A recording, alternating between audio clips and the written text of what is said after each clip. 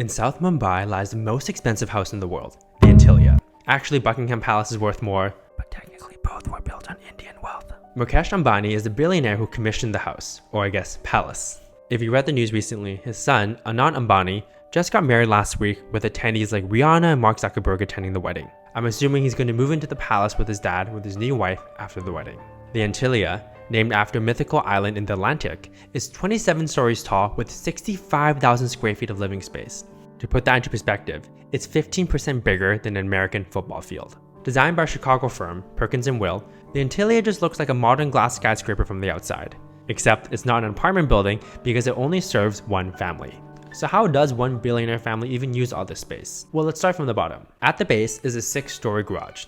Yes, 6 stories. It holds up to 168 cars, which I guess is necessary when you have guests or if you're just that rich. There's also a couple of floors here dedicated to car maintenance, because what if one of the cars just breaks down and you need emergency on-the-spot repairs? It wouldn't be the world's most expensive home without a 50-seat theater complete with a wine room and ice cream parlor. Oh, there's also a dance studio on this floor too. Above the cinema is a sky garden landscape with beautiful trees to combat the air pollution and just to provide the family with a serene atmosphere. There's also some terraces and balconies here to enjoy the gardens. Kind of reminds me of the Hanging Gardens of Babylon. There's also a Hindu temple here for worshipping, complete with the giant statue. Moving on up, we have even more amenities, but this time they're more dedicated towards health. You can enjoy a swim with a view in the Olympic-sized lap pool and then relax in the jacuzzi afterwards.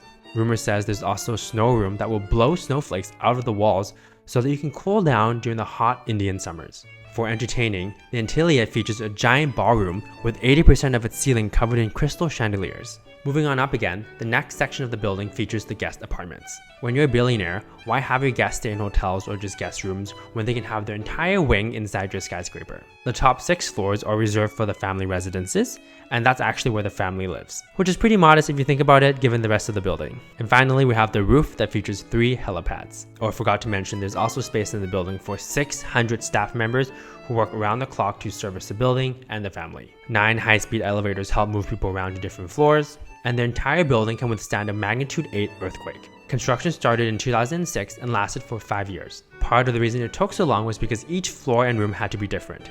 No 2 floors could have the same floor plan or use the same materials, which is why the entire building cost a whopping $2 billion to build, with every room adorned with pearls, crystals, and marble. The building sits on a 1-acre lot in India's Billionaire Row. But how Mr. Ambani acquired the land is pretty controversial. As a bit of poetic irony, an orphanage used to sit on a plot of land. In 2002, the charity who ran the orphanage wanted to sell the land, but they wanted to sell to someone who would continue their operations on helping serve underprivileged children and further their education. And since they didn't intend the land to be developed commercially or residentially, they priced it well below market price at only $2.6 million USD. So when Mr. Ambani bought the land and decided to build a giant palatial palace instead, it was technically illegal since the land is worth $19 million at commercial value. So TLDR, at face value, it looks like a billionaire scammed an orphanage just to save a few million, and I think he's still in lawsuits today over it.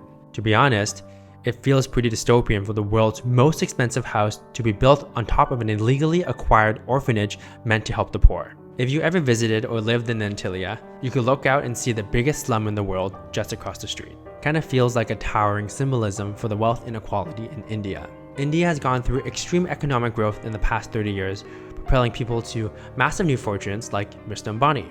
Just like how Donald Trump has his New York City skyscrapers, or how the Vanderbilts have their New England mansions, is Mr. Ambani not allowed to spend his money however he wants? The British royal family live rent-free in the UK with subsidized travel and security without much scrutiny, and they don't even work for their money. I guess that's where ethics come in. With great power and money, does it actually come great responsibility? His billionaire peer, Ratan Tata, former chairman of conglomerate Tata Group, criticized the outlandish display of wealth by saying it's an example of how Indians lack empathy for the poor. The person who lives in there should be concerned about what he sees around him and asking how he can make a difference. If he cannot, then it's sad because this country needs people to allocate some of their enormous wealth to finding ways to mitigating the hardship that people have. It makes me wonder why someone would do that. That's what revolutions are made of. I don't know, if you were as rich as Mr. Ambani, would you also build the same building? After all, you only live once.